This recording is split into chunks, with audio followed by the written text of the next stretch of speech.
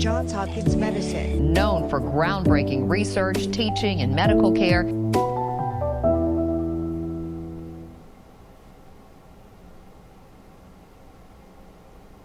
Welcome to Facebook Live from Johns Hopkins Medicine. I'm Elizabeth Tracy.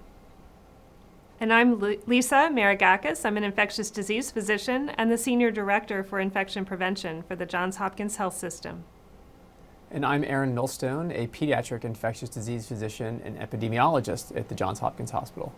Thank you both for joining me here today. I know this is an extraordinarily busy time. Of course, we're all still internationally in the grips of the COVID-19 pandemic. And here in this country and in the Northern Hemisphere, we're starting to experience the flu season. So I'd like to start first with that. And I'm wondering, Lisa, if you could help us to understand the differences between the flu and COVID-19. Sure. Thank you, Elizabeth. It's important to know as we head into influenza season that we are going to have multiple respiratory infections and viruses circulating. And so it will be very important to think about the fact that up until this point, across the summer in the Northern Hemisphere, almost any respiratory symptom has indicated COVID-19 likely that is caused by the SARS-CoV-2 coronavirus. Influenza is a distinct viral infection, a respiratory infection caused by one of several strains of the influenza virus family. And these have different symptoms and different consequences, but most notably, we can prevent them in some of the same ways. And so we're worried as we head into respiratory virus season that it's going to add some complications to our diagnosis and care. Aaron, I wonder if you could help us to understand what some of the symptoms are of each of these two diseases, and is there a way to distinguish them? What makes the distinction a real challenge are the overlapping symptoms between them. People that have either COVID-19 or the influenza virus can have similar symptoms: fever, cough, gastrointestinal symptoms like vomiting and diarrhea, muscle aches, sore throat. So these are common symptoms that we see with both influenza and COVID-19, which makes distinguishing them difficult. There are some symptoms that seem to be more common with COVID-19, such as people reporting the loss or inability to smell or taste. At this point in time, if someone does lose the ability to smell or taste, it should be highly suspicious that they do have COVID-19. People who get sicker with COVID-19, as you've read, can also develop shortness of breath or difficulty breathing, symptoms that are more characteristic of COVID-19, but can also occur rarely as complications of influenza. So I think the take-home is that because of this great overlap in symptoms and how these viruses present, it would be really important for people to seek care and get tested to identify which virus they have to help guide their treatment. Well, since you've brought up this issue of testing, why don't we talk about testing, the different types of tests for each of those? And then, of course, with COVID-19, there's a plethora of tests that are available. So the gold standard for testing for respiratory viruses is PCR testing. And this is the type of testing that we've used over the last several months looking for the SARS-CoV-2 virus. Our hope is that soon we will have platforms for PCR that will look from one sample for a variety of viruses, including SARS-CoV-2, influenza viruses, respiratory syncytial virus, for instance. Aaron, I wonder if you would step into the fray here about the range of tests that are available for COVID-19, and what can people really do if they're trying to get a definitive answer? Sure. So as Lisa mentioned, the PCR test is the primary test that most places are using. That's really the one that's the best able to detect the virus in people with or even without symptoms. There are now antigen tests, which some companies have available and some providers have available. These tests are not as good at detecting the virus. They are helpful, but if the test is negative, because it's not as good as the PCR, some people feel that that test should be confirmed by a subsequent test. So it's important for viewers and people to understand that if they are getting tests, it's helpful to know which test they're getting. Is it the PCR test, which looks for the DNA, or an antigen test, which looks for proteins of the virus?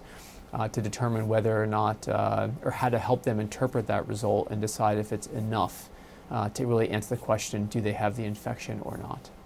And how about, Lisa, testing for the flu? Right. I would really like to emphasize something that Erin said earlier, and that is that this year it's going to be especially important to seek medical care and testing if you have any respiratory symptoms. And this is different from previous respiratory virus seasons in which many people would ride out mild symptoms, waiting to see if they get better on their own without medical care. And even medical offices will often use empiric therapy, guessing that it likely is the flu based on symptoms and prescribing antivirals. But this year, when we know that we are likely to have influenza, other respiratory viruses, and SARS-CoV-2 circulating, it will be important to sort those out for appropriate treatment decisions as well as contact tracing and isolation reasons. Can people rely on the tests that are given for influenza that are point of care, that are given in physicians' offices, for example? So one of the concerns of just doing an influenza test, as Lisa mentioned, is if someone presents with flu-like symptoms and only gets tested for influenza, it will not exclude them from having the coronavirus. And at this point, there's a bigger public health impact of someone having COVID-19 and not being diagnosed than there is for someone having influenza. We know that COVID-19 has a higher mortality rate than influenza. It may be more easily to spread than influenza. So I think that at this point in time, we really want to ensure that people are getting tested to exclude COVID-19. As Lisa mentioned, that we can do contact tracing and identify other people that may be exposed and or infected to appropriately manage those people and protect the public health. Is there anything that we know right now about co-infection with both of these viruses at the same time? So the pandemic began at the tail end of last influenza and respiratory virus season, but actually the influenza virus and others rapidly dissipated. So for most of the pandemic, we've been dealing with only the SARS-CoV-2 virus. Therefore, we don't have a lot of information yet about co-infection. But what we do know is that more than one respiratory virus can infect a person at the same time. So we often see co-infection with other types of respiratory viruses, and we have every reason to believe that that will be the case this time as well. We do have. Can I add to that? And I Surely. just want to add to that and say that is really the importance this year of getting the influenza vaccine. We really want to encourage everyone to get the influenza vaccine to avoid that case where someone may get co-infected with both influenza and COVID-19. So this is an especially important year to protect people from influenza to avoid the risk of getting co-infected. So as we've talked about, of course, our flu season is just kind of getting underway here in the Northern Hemisphere, but we do have some data from the Southern Hemisphere that's actually pretty hopeful, at least as far as I'm concerned, regarding influenza and their season that they've experienced. Do you think that we're going to be able to reduce cases of influenza here in the Northern Hemisphere? So here we get to some good news, and that is that the precautions that we are taking currently in the pandemic to prevent transmission of the SARS-CoV-2 virus also work for the influenza viruses and other respiratory viruses. And so it's very important that we have patience and persevere in doing these types of precautions, which include universal masking whenever we are around others in public spaces, cleaning our hands regularly, and avoiding crowded spaces where we are closer than 6 feet to each other, particularly when we are indoors. And so I'd like to just push you just a little further on that, Lisa, and ask you, are you hopeful that we'll see declining cases of the flu because of all of these things? I am hopeful. As you mentioned, the data are already available from the Southern Hemisphere, where we have seen this in multiple countries that have had excellent adherence to the types of precautions that I just outlined, and they have seen declining numbers of both SARS-CoV-2 or COVID cases as well as influenza. So we know that it can be done, and we know how to do it. My concern right now is, of course, that we are seeing rising numbers in the United States of COVID-19, and so if it is out of control, the other respiratory viruses will also circulate. Erin, I wonder if you would step into this space of talking about the flu and COVID-19 and transmission. There's been a lot of conversation about inanimate objects like doorknobs and surfaces and even cell phones that might allow the virus to persist. Is that something that happens with both? What about aerosols? What about droplets? Sure. So thanks for the easy question. The SARS-CoV-2 virus is similar to influenza in that we think it primarily is spread through droplets. As Lisa mentioned, the interventions we put in place, things like masking, distancing, hand washing, practicing cough etiquette, those are things that will help prevent the primary spread of both viruses. There's also the question, though, of whether or not these viruses can aerosolize. And when we say aerosolize, we mean can they get into the environment and spread farther distances, whereas those droplets droplets fall out of the air usually within about 6 feet around you, which is where that 6-foot distance comes from. But the concern is whether these aerosols could get into the air and spread much farther. We know other viruses that do that, like measles virus and the chickenpox virus. But SARS-CoV-2 doesn't seem to be quite as contagious as those other viruses. So although we think it's possible that there can be airborne transmission, we think it's less likely than people doing, not practicing those fundamental measures you're hearing about, like the hand washing, masking, physical distancing, and most importantly, not being around other people if you're not feeling well and have the symptoms we described earlier. There's also the question about inanimate surfaces. Again, like with aerosols, these are probably less common. If the virus is to live on an inanimate surface, like a doorknob or a countertop, you would have to touch that and then touch your mouth, your nose, or your eyes in order to bring that virus into your body where it could start the infection, which is where hand washing becomes so important. So although we know these viruses can contaminate the environment, we don't think that's the primary method of spread. We really think it's the direct droplet spread from one person to another. So for both viruses, we are hopeful that this winter we will see reduced spread by, again, people complying with masking, hand washing, and distancing. But in addition to that, vaccines do play a very important role. So reminding people again that a vaccine is a great way to supplement those other measures, and we will again encourage all people to get their flu vaccine this year to protect themselves from influenza. Let's talk some more about the vaccines. There's a multitude of different types of vaccines for the flu that different populations, if you will, might receive. Lisa? Sure. We have different formulations of the influenza vaccine available, and they are generally targeted to different segments of the population. But I guess I should start by saying that the recommendation is that anyone over the age of 6 months needs to get an influenza vaccine. So that's the most important message. And the recommendation is that that should happen by the end of October. Why do we recommend that it be by the end of October? Well, we want everyone to get their vaccine before the virus starts circulating, and it takes time for your immune system to respond to vaccination. It could take anywhere from 10 to 14 days. And so get your vaccine now. We are well into October, and that will give yourself time to respond to the vaccine and be protected before the virus circulates.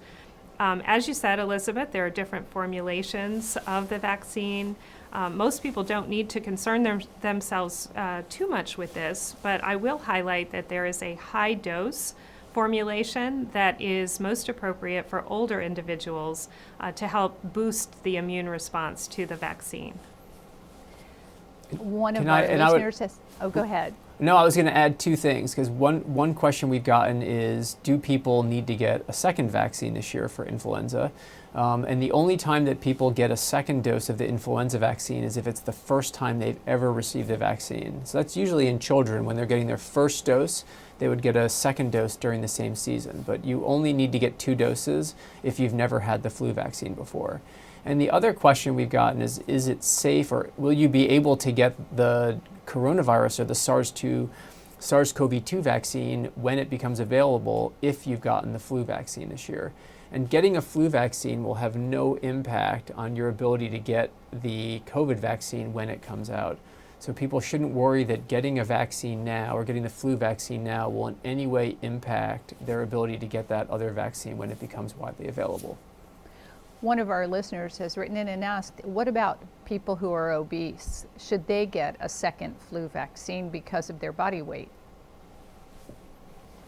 No, it is not necessary to get a second vaccine based on weight. Sometimes we do increase dosages of medications or take other approaches based on the body mass index or an individual's weight, but that is not the case for influenza vaccination.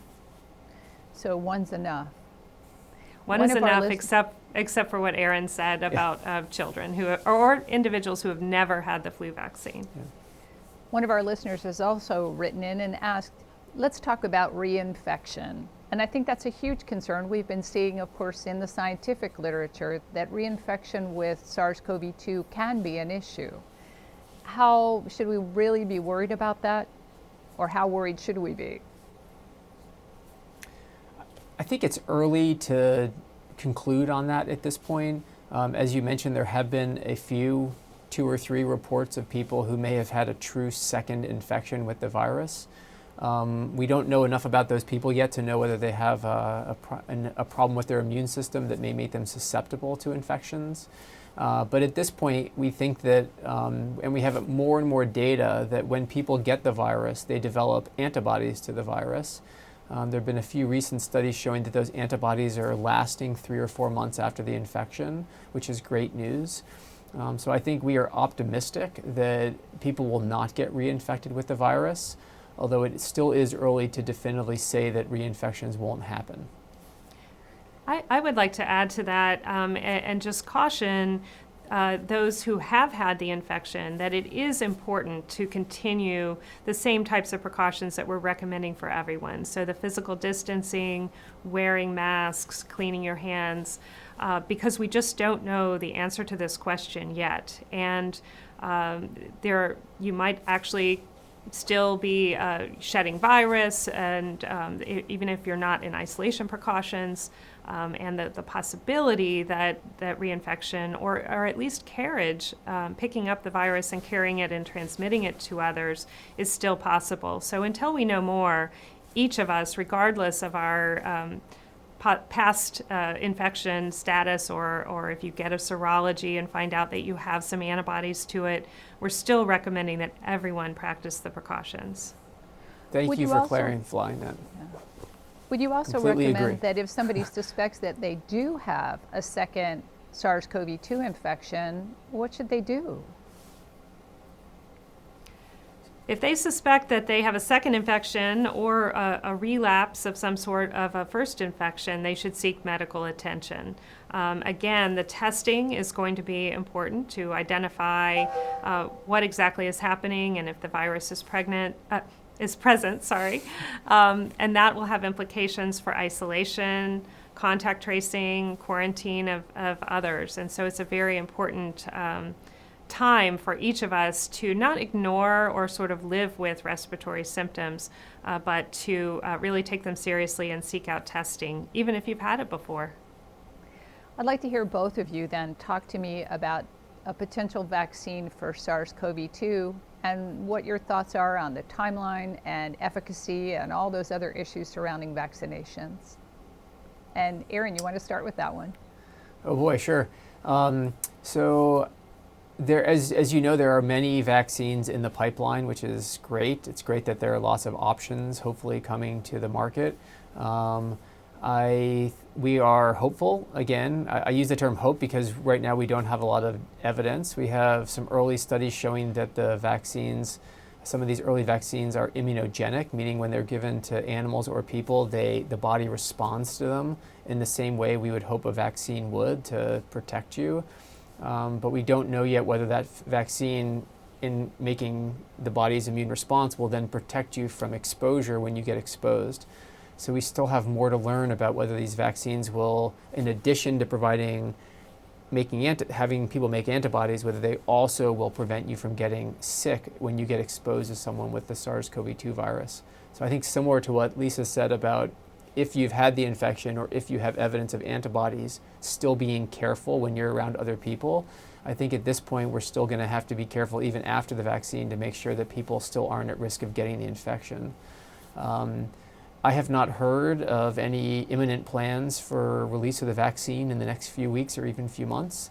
I think many of us are speculating. We're hopeful the vaccine will come, but we want, as many have said, we need people to remember that the vaccine is not the holy grail at this point. A lot of what we're doing is still equally or more important, which is practicing those same principles of washing your hands, keeping your distance, keeping your mask on, staying away from others when you're sick, etc. It's such an important point. I would just like to emphasize that, because I think we all need to understand that we're very fortunate that so many people are working so hard on these vaccine candidates. And it's very likely that in the near future we will have one or more vaccines become available. But as Erin said, it's not going to be a magic bullet that will immediately end the situation or the need for the precautions that we're taking. It's going to still take time to distribute the vaccine, to get everyone vaccinated, and to understand how immunity to the vaccine is responding. So we really need all of the tools to work together, and a vaccine will be wonderful if and when we have one or more, but we're just going to add it to really what we're already doing rather than substituting it. So one of our listeners then has asked about, what about masks? What do you do to protect yourself when other people aren't wearing them? Keep your distance.